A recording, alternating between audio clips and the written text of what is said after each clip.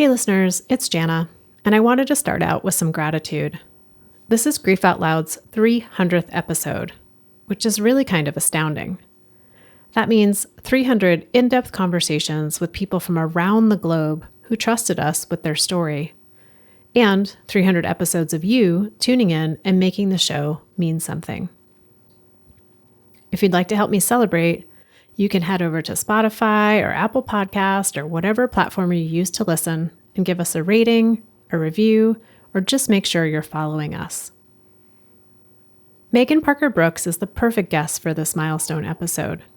She's an associate professor and chair of the Civic Communication and Media Department at Willamette University, where she teaches courses in death and grief communication and also facilitates a grief support group called Diversity of Loss. In addition, Megan's a volunteer at Dougy Center, and in that role, she co-facilitates a group for adult caregivers of teens who are grieving.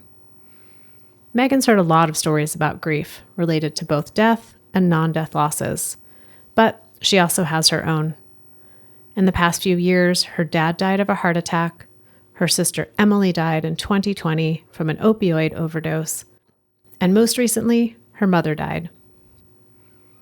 Megan and I talk about grieving estranged relationships, grieving relationships that are impacted by substance use, grieving for a death that is stigmatized by others, and grieving for a multitude of non-death losses. In all of this, Megan goes back to what she's learned as a volunteer at Dougy Center, that there's no hierarchy of grief. It's all valid, and what she and others need is understanding, acceptance, and support. So, like I said, this feels like just the right conversation to mark our 300th episode. Huge thanks to all of you out there who are part of our listening community. Megan, thank you for coming on Grief Out Loud. It feels like a huge honor to have you on the show, knowing you've been a listener for so long.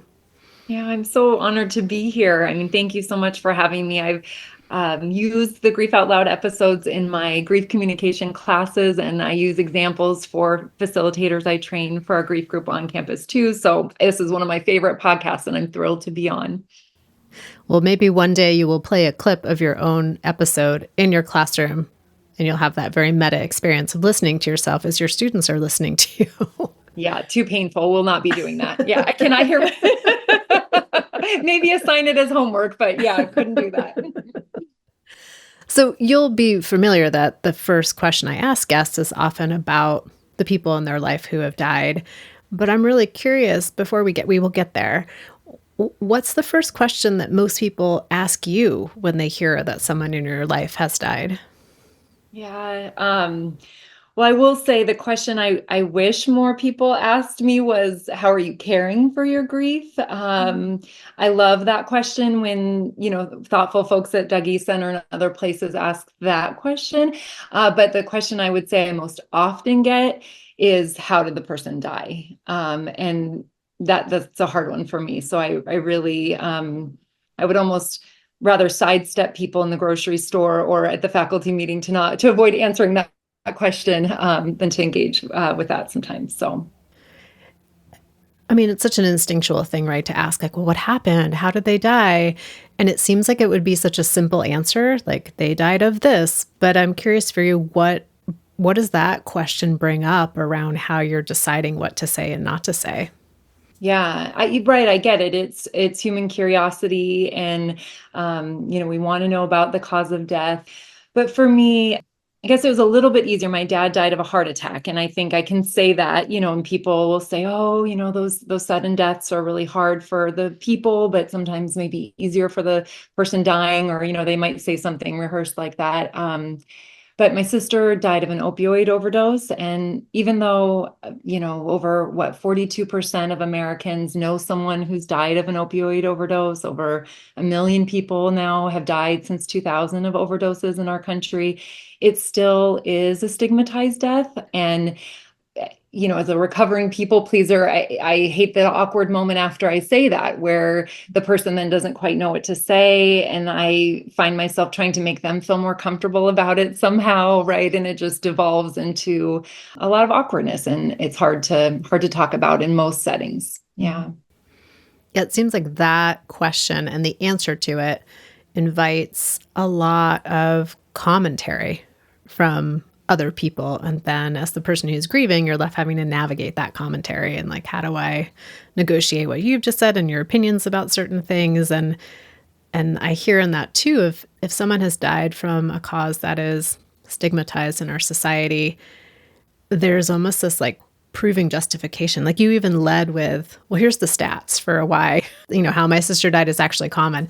And I was like, oh, I always feel for people who feel like they have to defend their person or defend how they died to kind of caveat it. Absolutely. Yeah. And, I'm 4 years out, almost 4 years out from her death. And so it's not as acutely painful when people go into their own commentary about, drug-related deaths or opioid losses. But I remember being really difficult for me in that time when you probably need the most social support, right away when people would launch into, oh, can you believe the Sackler family and this and that? And it was like, oh my God, my whole world has been shattered, right? I just don't want to think about that right now, right? I don't want to think about the statistics. I want to think about, how I'm going to get through my day, right? How I'm going to teach this class or parent my child today with this broken heart, and not how I'm going to, and I absolutely feel like we should be doing a lot about opioid awareness and recovery, et cetera. But in the midst of that really acute grief, I didn't have that in me to really even have those conversations. You maybe had in you to answer, how are you caring for your grief and yourself in this moment? Yeah. That's exactly right. And there were, gratefully, thankfully, I was surrounded by thoughtful people too, right? Who knew to ask those kind of questions.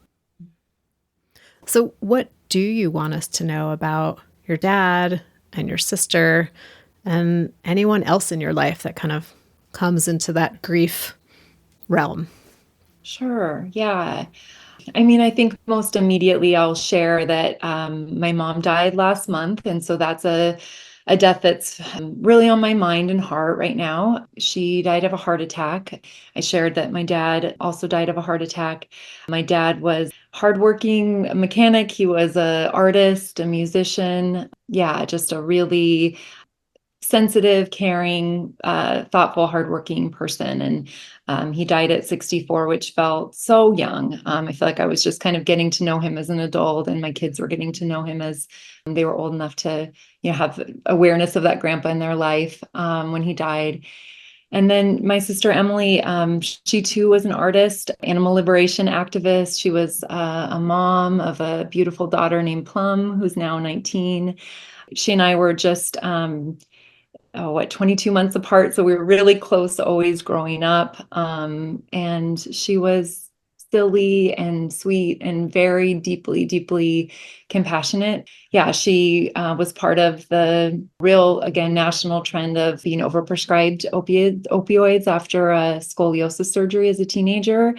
And so she struggled with addiction for over 15 years before she died in the fall of 2020 of an overdose. And Maegan, this is kind of a side question, but I was just reflecting on when someone struggles with substance use, the narrative is often, how are the parents or the caregivers engaging with that person, and what roles or responsibilities did they feel, and the emotional weight of it? What was it like as a sibling? Yeah. Yeah. Thank you for asking that. I bet most of your listeners are aware that siblings are often referred to as those forgotten mourners, right? And it was really challenging having this very close relationship with her that then just kept getting more and more distant as the substance use really dominated her life. And she was my little sister, so I felt that responsibility to care for her and to try and help her in her addiction and her struggle.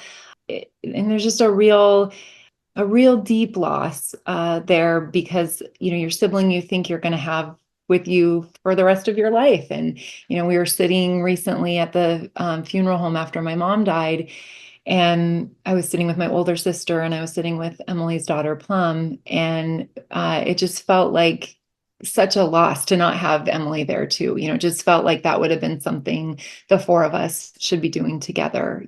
And so, yeah, I would say losing my parents difficult in different ways. The loss of my sister, though, really did shatter that, what we call, right, the assumptive worldview, my view of how life should be and how my life was going to go. And I really had this profound hope for her that she was going to get well and that she was going to be able to parent her daughter and, be an aunt to my kids. And I just remained hopeful all the way until I got the call that she had died. And so I think I'm mourning her, and I'm also mourning that, like, hope for the life that I wanted to have with her.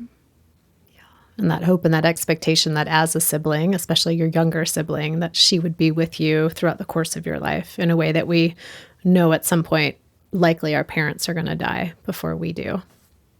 The other thing I'm thinking about is, so your dad dies, your sister dies, your mom dies, all in a pretty short period of time. And, people will talk about the term of like cumulative loss or compounded grief and things like that. And I'm always like, what's it like? What's it like to have so many deaths in such a short period of time? Does the grief of one then shape how you grieve the next loss and then the next loss? Yeah, that's a great question. I think in the sense that I'm able to care for myself much more in my grief now. I mean, the fact that my mom died last month and I can talk about it with you here now, and I'm going to head back to the Dougy Center this week. I feel like I wasn't able to do that after my dad and sister died. I learned a lot about the importance of having compassion for myself and how to support others in my life. And so I do have those supports in place now. And so weathering the storm of my grief over my mom's death, which, we know each grief is unique to the person you're losing and who you sort of are at that time. But I do think I have learned a lot about grief in the 7 years since my dad died. And, going through the death of my sister and now the death of my mom, I may be able to weather this storm a little bit better than I was in the past. I don't know if I want to use the value judgment of better, but just differently, more compassionately. I'm able to put more boundaries in place to really give myself the space and time that I need to do that.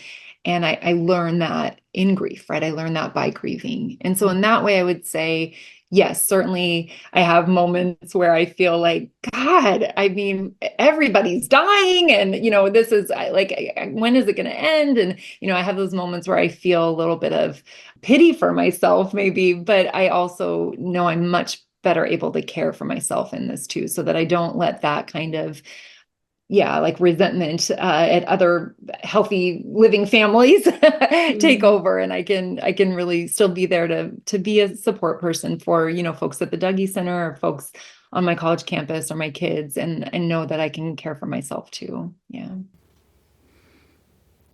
One of the unique aspects in your grief, particularly around your mom, who died so recently, was being no contact with her for many years. And that's its own kind of grief. And I wondered how you talk about that or describe that to yourself and to others. Yeah.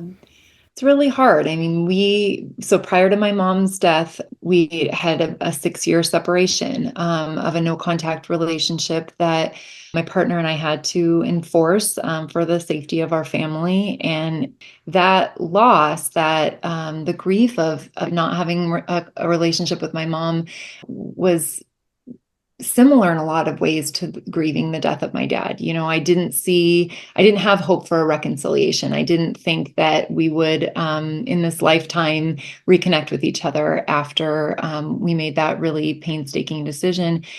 And beyond that, we don't really recognize the no contact relationship as a form of grief, I think, in our broader culture. I mean, nobody brings you a casserole when you decide to go no contact with your parent, right? And in fact, there was a fair bit of judgment that I would receive from acquaintances when I would mention that, they would ask, oh, couldn't your mom help with the kids, or couldn't your mom help with this? And I'd say, unfortunately, we can't have a relationship with my mom. And again, it incited more questions and, having to explain why really painfully. And I felt like, there's a stigma about that too. There's a stigma about making that decision, which does just compound the grief, because clearly I wish things could have been different. I had gone over and over with my therapist, like in what situation would I ever see my mom again, to kind of mentally prepare for that. And really the only scenario that we could have imagined was the scenario in which I did see her.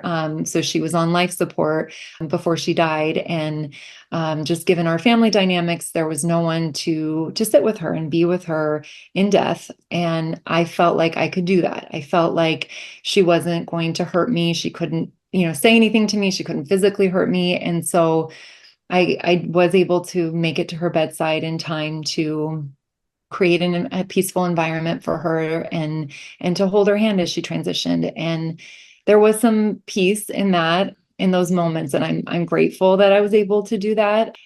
But then again, as I tell people now that, oh, I lost my mom, people will say things like, well, may her memories be a comfort to you in this time, right? And many memories of my mom are not a comfort, right?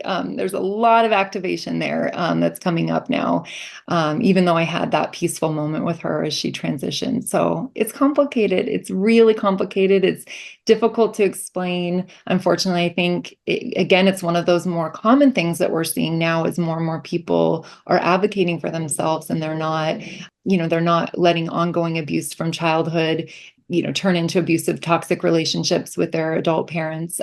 It's not that uncommon to have no contact relationships, but I still feel like there's a stigma and there's maybe some disenfranchised grief there, and recognizing that as a real legitimate form of grief.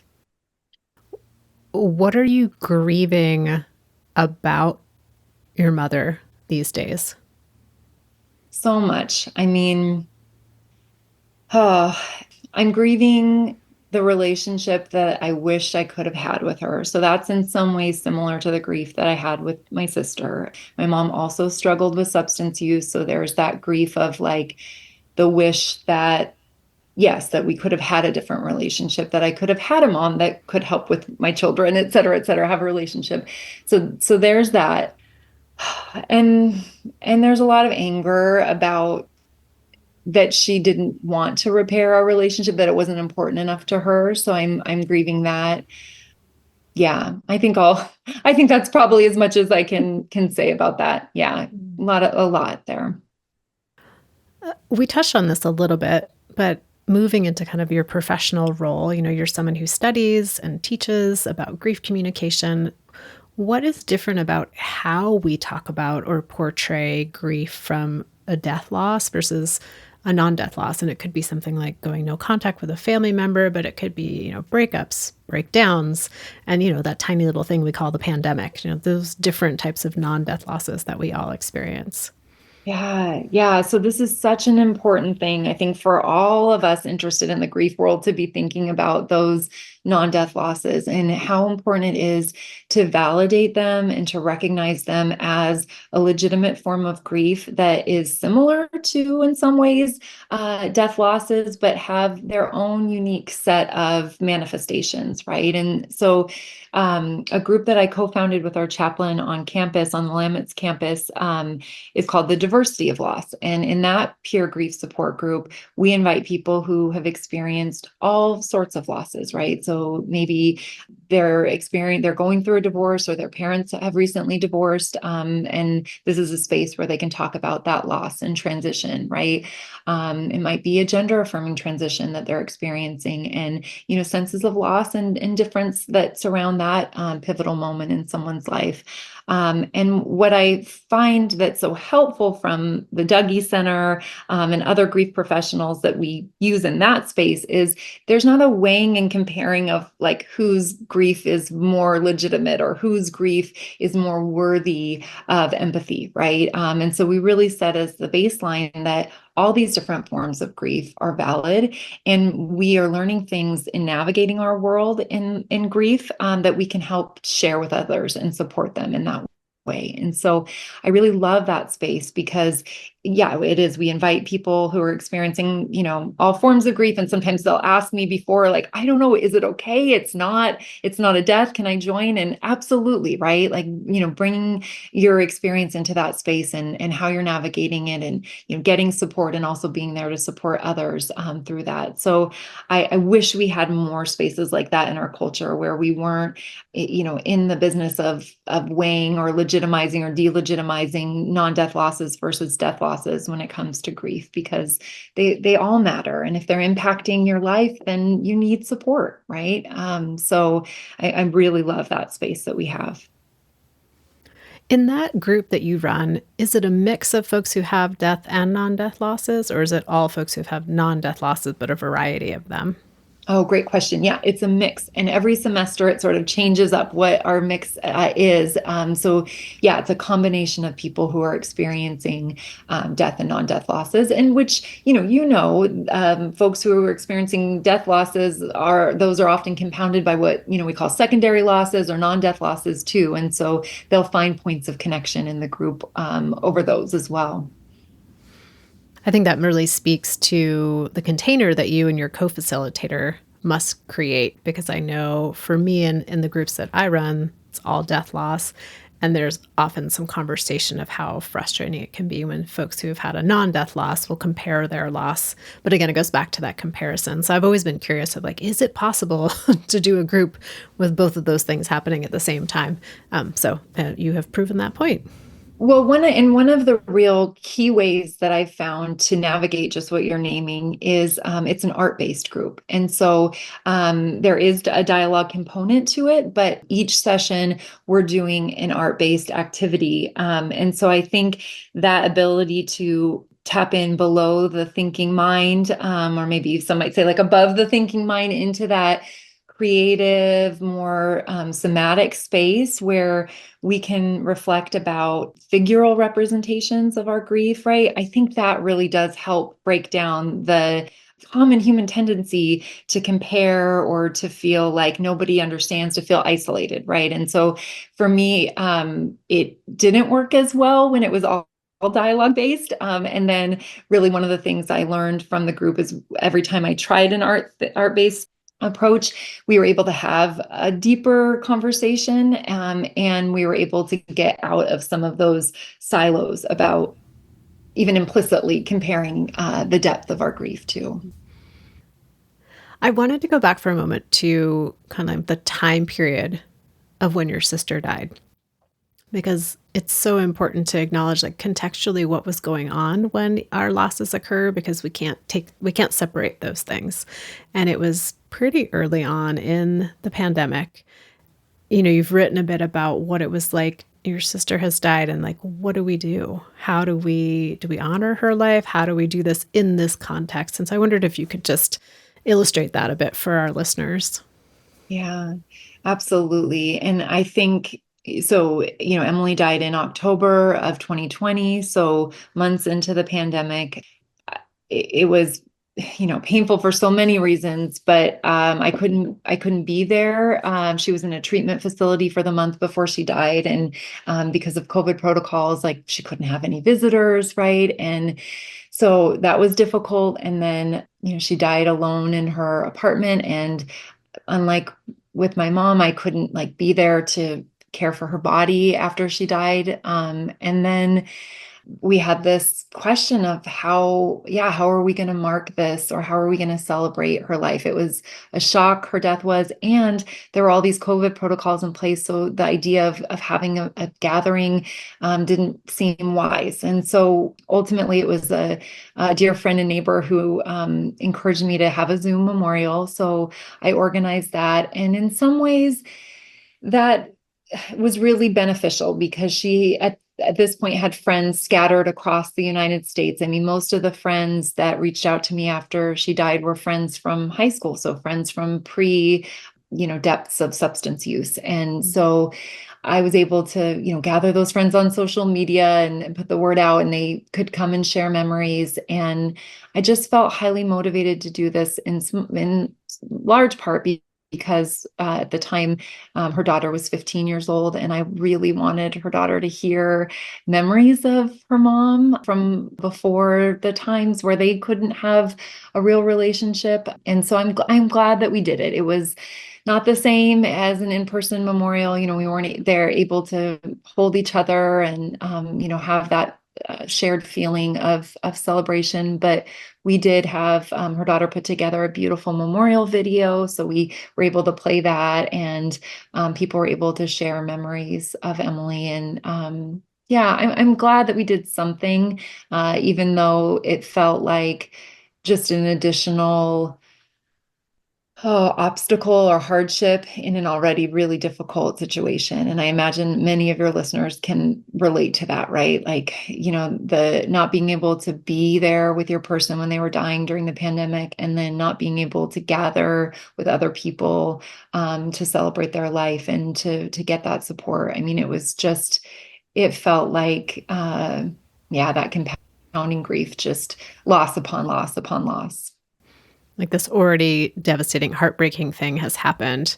And now I'm faced with all these other heartbreaking aspects of trying to do the more common things that we do when someone in our life has died. And those are all way more complicated right now. Right. And, memorials really serve so many real therapeutic purposes for grievers, and so I wrote the eulogy, and just the ability to go back and tell the story of Emily's life and think about how I wanted to tell it honestly, but compassionately. That was really significant for me, that time I spent writing it. And then certainly seeing how her daughter chose to depict her in pictures and what songs she chose. I mean, those things that we do just ritually, I think serve real healing functions too. They help us really focus our attention on the person and on the life of the person. And I think if you're up for it, they can help establish those continuing bonds with the people. So through the memorial, I created a Zoom backdrop of with Emily's artwork, and I was just surrounding myself with her artwork at that time. And I never considered myself an artist up to that point, but I took a watercolor painting class to try and, I don't know, feel closer to her in some way.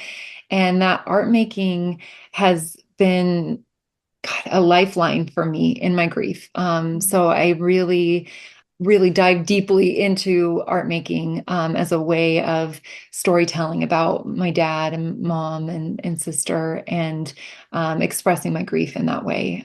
So I think for me, the memorial was sort of the touching off point for that. And I'm grateful for that. In a way, carrying forward your sister's way of being in the world into how you're managing grief. That's exactly right. And I often think about, I have this canvas in my closet that my dad was working on portraits of each of us girls. And so when I went to clean out his office, I found my portrait there, and it's just a sketch. So it's just a back sketch of me. And I have that in my closet. And I think about it really metaphorically. My dad gave me this backdrop, this sketch of a foundation in my life to really build on. And I'm the one that's going to paint the canvas, right? I'm the one that's going to paint my life. So when I'm doing my art, and I just have like a nightly art ritual, I think about, this is a form of care that my dad and sister are still giving me, right? It's a way that I remain connected to them. And it's almost a way that they're saying, here, we know your heart is broken. This is a way to heal. And it was really inspired by them. And it's a way that I continue to feel really deeply connected to them. As a way for them to continue to care for you as you care for your grief. That's right. I feel that. I feel that really strongly. One of the other ways that you engage in work around grief is as a volunteer facilitator at Dougy Center, facilitating a peer grief support group for adults who are bringing children to our program. And you wrote an essay about that work a while ago. And I was like, oh, I want this to be part of every volunteer training, because I feel like you just illustrated so accurately what are we trying to do when we're in that space. And so I was curious if you could share a little bit about what have you learned in that work about how to support other people who are grieving?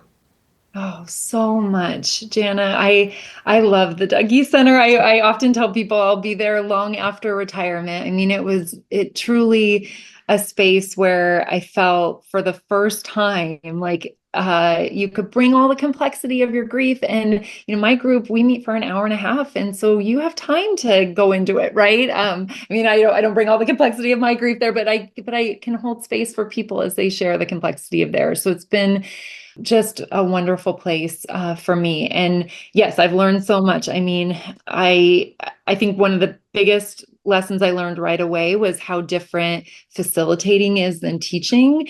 I thought, oh, I got this. I lead group discussions all the time, right? I can do this, but it's not. You're not leading a group discussion. You're trying to ease the peer support so that the participants are really in the lead. I often think of this metaphor. One of my mentors, Bob Niemeyer, talks about grief support being like a dance, and the support person is always following a step behind. And so, the person that we're there to support is taking the lead, and we're following behind in this dance. And how can we ease their expression? And so, often for me, as someone more accustomed to being the teacher in the room, it requires a lot of self-restraint, right? So more often than not, what I'm doing is not saying something, right?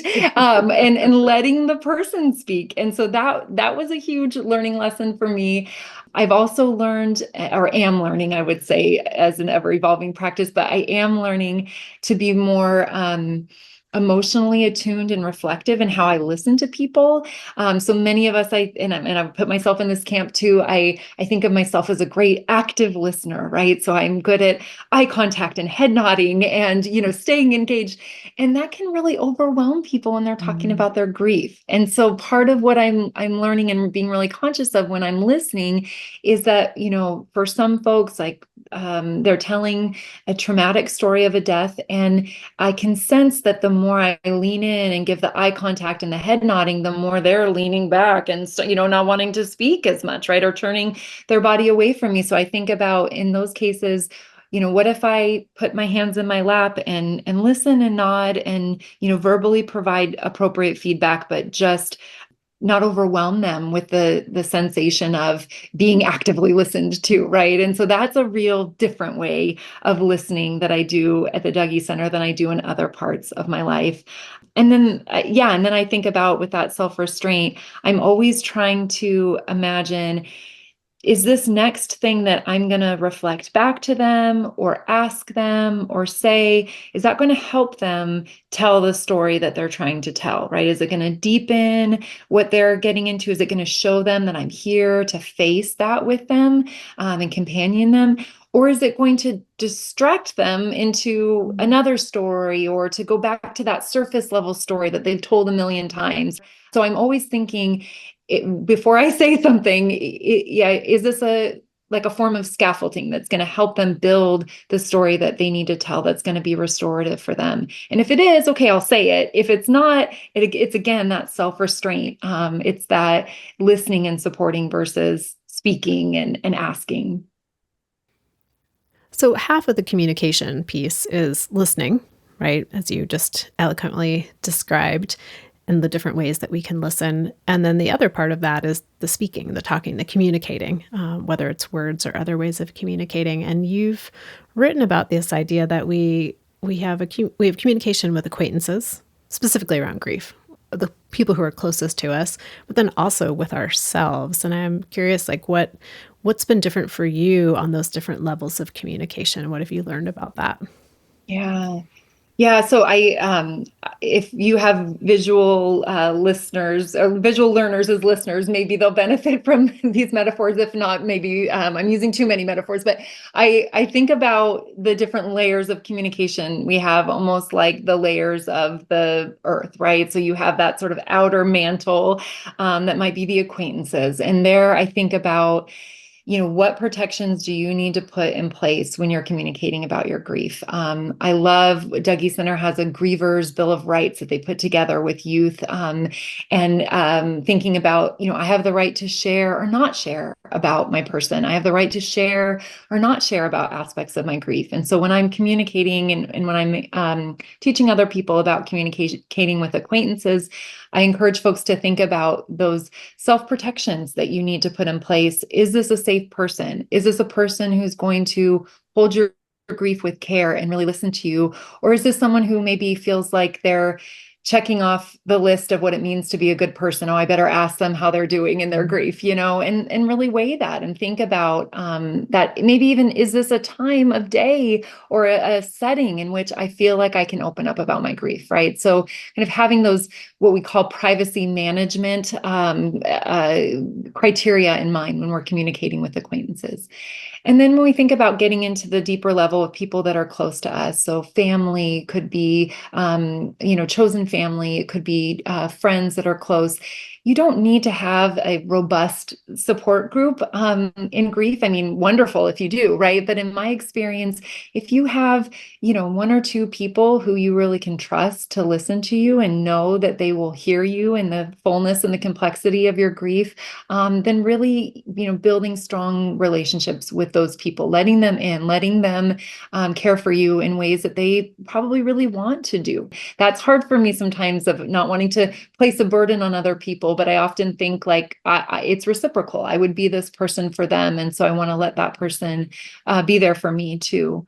And then that inner core, as we get down in the earth's layers, is so vital, right? So that communication that you have with yourself about your grief. And, I mentioned the act of writing. I think writing memorial tributes, even if you're never going to deliver them or submit them to a newspaper, but writing the memorial tribute of your person's life is a form that you could use of self-communication.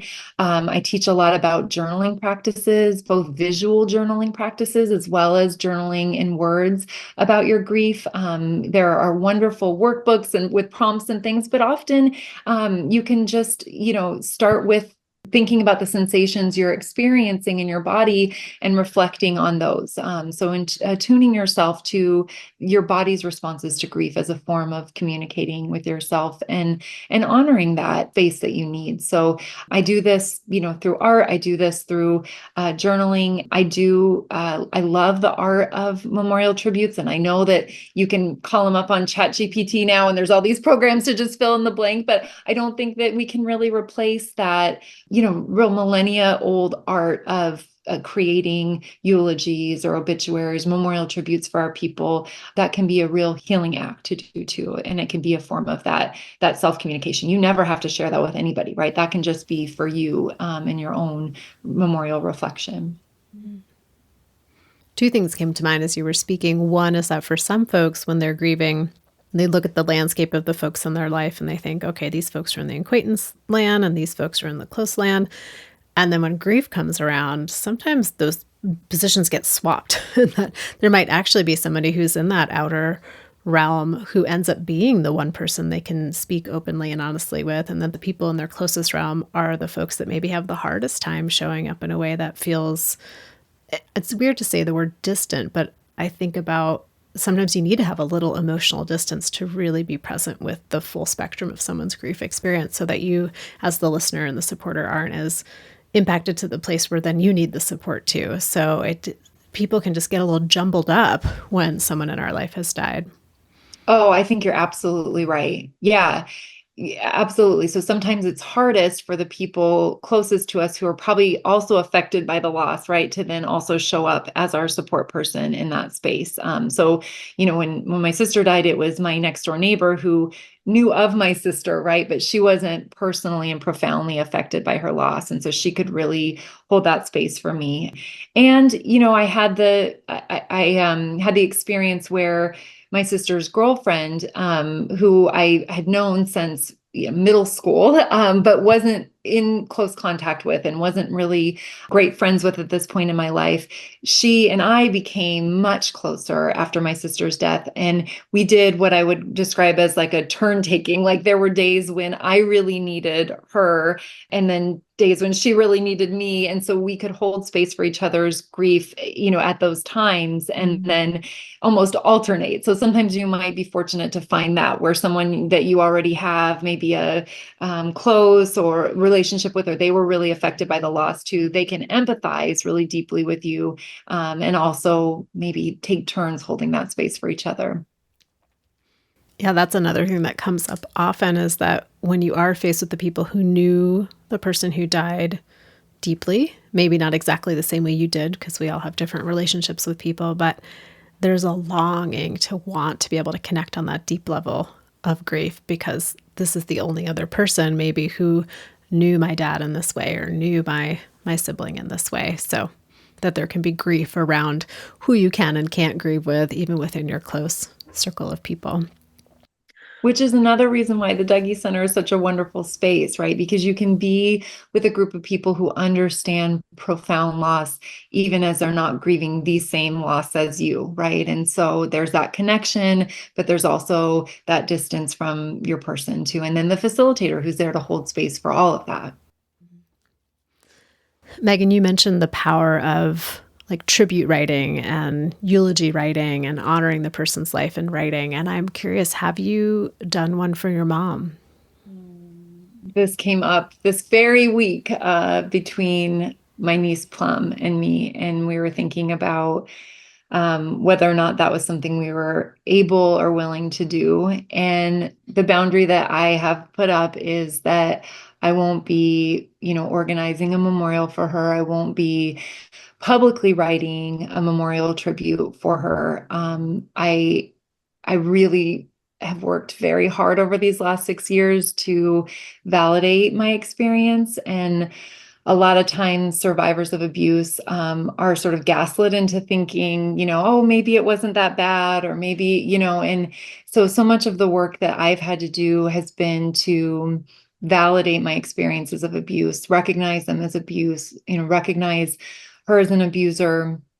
And so, no, I will not be, publicly writing something that praises her life. Even as for me, that night sitting with her at the hospital, I was able to, it was just Plum and I in the room with her, and I was able to, hold her hand and share a spirit of forgiveness with her for that. I was able to call to mind, aspects of her that I love and cherish. I mean, she was a gifted teacher. She was, a caregiver who at sometimes could be really kind and silly and supportive, and so recalling those aspects of who she was. She loved animals. She cared for animals. I could say those things to her in that moment, but I could not sit at a memorial and hear people, praise my abuser. I'm not, and I certainly won't be writing that. I might write a memorial for myself, a memorial tribute for her for myself that I keep, and maybe share with my niece, that is a more honest and forthright portrayal of all of her and her complexity. But I wouldn't be sharing that with anybody outside of the family. So there's still a way to kind of tap into the supportive nature of the writing and have it be for you and not for your mom really, or for the public in that way. That's right. And I think about that too, connected to our earlier discussion about those layers of communication. I mean, I think probably so many of your listeners can identify with this. At my dad's memorial, which was an in-person memorial, I really had to compartmentalize my own feelings so that I could be there for everybody else, right? And to organize the event, and to, I purchased the food for, I set it up, I took it down, I, welcomed his coworkers and introduced people. And so it was much more, it was for my dad, right? But it was much more for the people that gathered, and that was fine. But I didn't find that, event all that healing for me. It was nice. It was meaningful for my kids to hear his coworkers talk about him and things like that. And I cherish the memories that were shared. But when I think about doing something like that for my mom, it would actually do, I think, real harm to me to invite people into this space, to offer, right, the good word, that eulogy about my mom.